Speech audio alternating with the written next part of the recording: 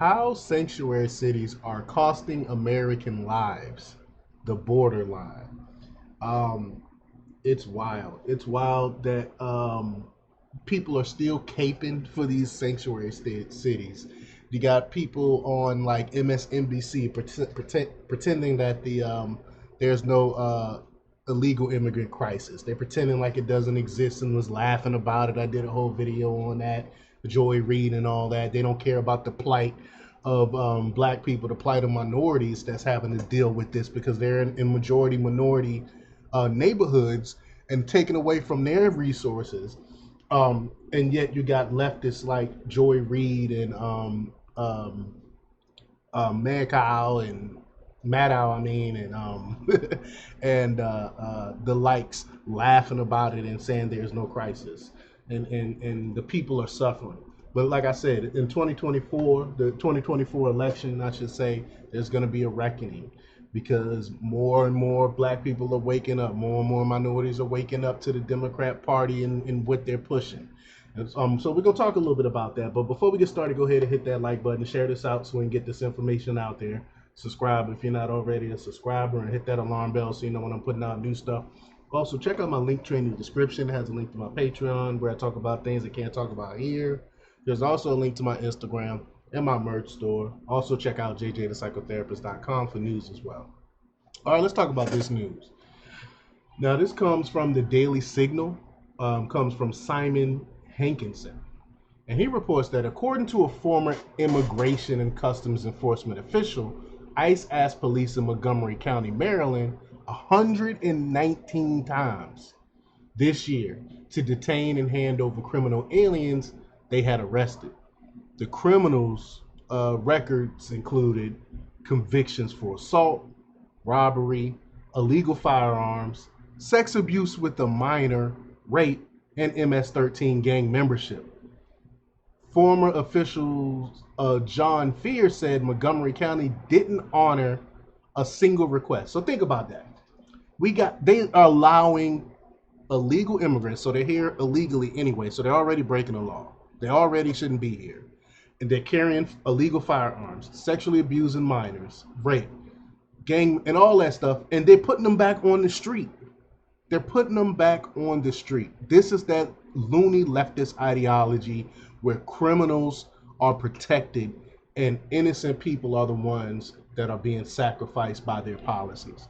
But it goes on to say ICE detainers are a request from federal law enforcement to their state and local colleagues to let them know when a foreign national alien in immigration law is going to be released from custody after having been arrested or after having served time for a criminal conviction.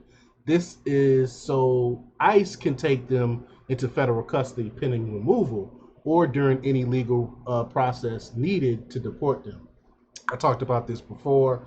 I was a prison therapist for almost 4 years and worked with a lot of people that was here legally that broke the law, and they would have ICE detainers. I was working in the state of Virginia at the time, and we would honor those detainers. We would look when we get ready to discharge, get ready to let out these people out of prison.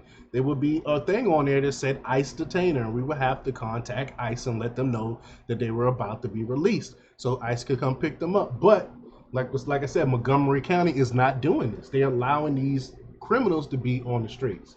But legal aliens are deportable under immigration law simply for being here illegally, but they can apply for relief such as asylum.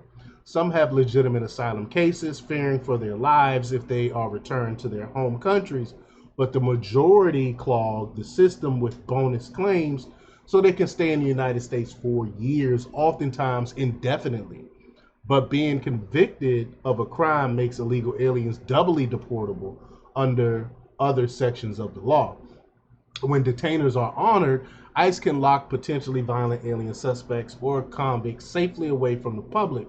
Unfortunately, many local and even state governments in the U.S. have sanctuary policies, one of which is to refuse to inform ICE when they arrest or release an alien. What this means for Americans from Atlantic City, New Jersey to Zebulon, New Mexico, is that convicts who are highly likely to reoffend are being released into the neighborhoods every day. For the leftists currently controlling U.S. immigration policy, the ideology of open borders and defunding law enforcement trumps your safety and security every time. And again, look at the neighborhoods they're being placed in. They are in predominantly minority neighborhoods, and we are suffering for this. But here are a few examples of how sanctuary jurisdictions' refusal to honor detainers put Americans at risk. In October 2019, Carlos Orlando Areta Vega, a 20-year-old illegal alien, was charged with beating a 16-year-old high school student to death with a baseball bat after an argument. Areta Vega entered the U.S. illegally when he was under 18, benefited from immigration policies that coddles unaccompanied alien minors, and joined or rejoined the Salvadorian gang MS-13. As reported in the Washington Times back in November 2018, Areta Vega was arrested for stealing a car. Shortly after, he was arrested for drunk driving. So these are two cases, but he could have been sent back. He added another DUI arrest on his record in the summer of 2019. Each time the sanctuary policies of King County, Washington set Areta Vega free before ICE could pick him up. Local police and prison authorities ignored all of ICE's detainer requests and cut him loose without informing the agency. It's disgusting. Areta Vega was able to live the gangster life despite being an illegal alien with impunity until he killed someone.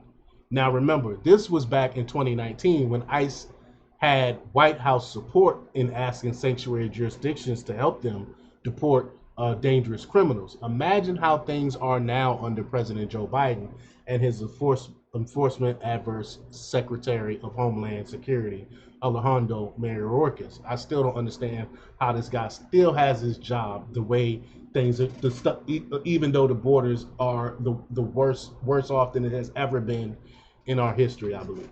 But sanctuary cities and counties can be found all over the country, in blue states and red, but their effects are the same everywhere. Heightened preventable risk to public from criminal convicts who have no rights to remain in this country. In another example, in June 2021, an unarmed Honduran man was caught entering the U.S. illegally near Roma, Texas. Under the Biden catch and release policy, the Border Patrol gave him a notice to appear in court many months later and released him. We don't know if he showed up for his first or any immigration hearings, but in July 2023, police in Herndon, Virginia, arrested and charged him with felony rape, abduction, and assault on a family member. I sent a detainer request to the Fairfax County Adult Detention Center, but the center ignored it and released him in August without letting ICE know. Despite Fairfax County's refusal to assist them, ICE agents from Washington, D.C. arrested the Honduran on October 12th and served him with another court notice to attend deportation proceedings. We can only hope that ICE has him detained now so he can't assault anyone else, we hope. Now, in October 2023, ICE arrested an unnamed Peruvian illegal alien who was charged with several sex crimes against a minor. Border Patrol first encountered the man in March 2022, but like millions of others, he was released into the country pending the usual delayed, dragged out immigration court process to remove him. Then, in October 2022, the Peruvian was arrested in Fairfax, Virginia. I mean, that seems like a hotbed. And he was arrested for petty larceny, but his conviction was deferred by the court and he was let go, of course. And in July 2023, he was again arrested on 8 sex crime charges against a victim under 13 years old.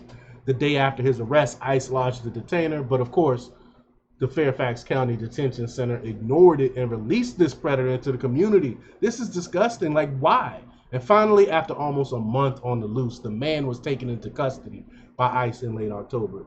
Unlike Fairfax County, some liberal jurisdictions are finally waking up to the public anger at the consequences of their sanctuary policies. The Washington Times reported in late February that Montgomery County, Maryland, will now, quote, add more crimes to the county's list where it will cooperate with ICE and will give ICE 48 hours notice ahead of releasing criminals to give the agency time to pick them up and hold them pending deportation if a judge orders it. How about all crimes? They shouldn't be here anyway. It's just crazy. It's just draining our resources. But the list isn't a complete one. And Montgomery County's executive, similar to a mayor in charge of the executive branch of the county government, thinks he shouldn't have to inform ICE about arrests for charges he doesn't consider serious. But he may not have the full picture of someone's criminal record to judge the risk. Regardless, local police should inform ICE every time they cite an arrest, and especially before they release any illegal alien. As Manhattan Institute fellow and member of the Council of Criminal Justice, Raphael Manguel, wrote in his book, Criminal Injustice, criminals don't specialize. Nearly 40% of violent felons were on probation, parole, or pretrial release when they committed their offense, and that's true. The recidivism is ridiculous. The recidivism rates. Jose Ibarra, the man accused of murdering Georgia nursing student Laken Riley, this is who Biden got her name wrong during his State of the Union address. But Riley, in February, was previously arrested in New York for riding with a child on a moped without a helmet or license, but of course, then released by notoriously lax New York City prosecutors. Later, he and his brother were caught shoplifting in Georgia, but only given misdemeanor citations and steered towards a woke pre-arrest diversion program, which clearly didn't divert him from wrongdoing. Ibarra committed another crime, even if not a horrific murder, was entirely predictable. What it took for Montgomery County to grudgingly pare back its sanctuary policy was the shooting and killing of a 2-year-old boy by an illegal alien police had arrested and then released twice before without honoring ICE detainers. This one county is increasing collegial cooperation with federal authorities in the interest of public safety. How many more innocent victims will have to die before hardcore sanctuary cities like New York, Chicago, and Portland come around? I don't think they will ever come around. I mean, liberalism is a disease, progressivism is a disease, and it will continue to spread in these major cities until people wake up and start voting a different way. But let me know what you think. Leave your comments down below. Like, share, and subscribe. And check out jjthepsychotherapist.com for the latest in news. Until next time, peace.